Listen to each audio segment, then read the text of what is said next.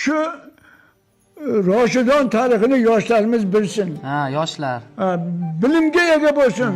Shuni yoritaylik deb jon fidolik qilib, shunchalik harakatlaringga Xudo barakat bersin. Rahmat domla.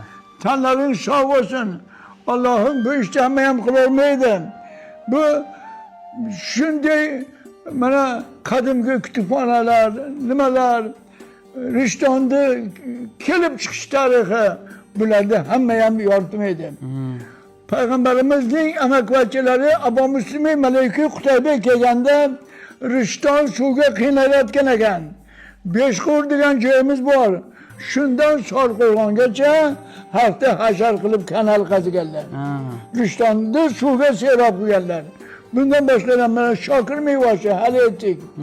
Mana shular hammasi Rishtonni kelajakda kuchli joylardan biri ekanligini namoyon etadi. Sizlarga Alloh omad bersin. Bu oson emas. Oson emas bu maydonni ishlatirmoq.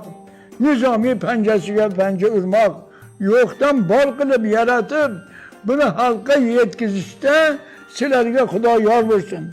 Tanlaring sog' bo'lsin. Balolardan saqlasin. Yomon ko'zdan, yomon so'zdan saqlasin. Alloh omadlarini bersin. Bu faqatgina Rishton emas, bu chet ellarga ham chiqadi. Chunki vatandoshlarimiz sizlarni olgan mana filmlaringda, videolaringda, kliplaringda tomosha qilib, yana ham Rishtonlik ekanligidan bosh osmonga yetadi. Ilohim dunyo turguncha turinglar. Rahmat domlajon, siz ham ilohim baxtimizga sog' bo'ling.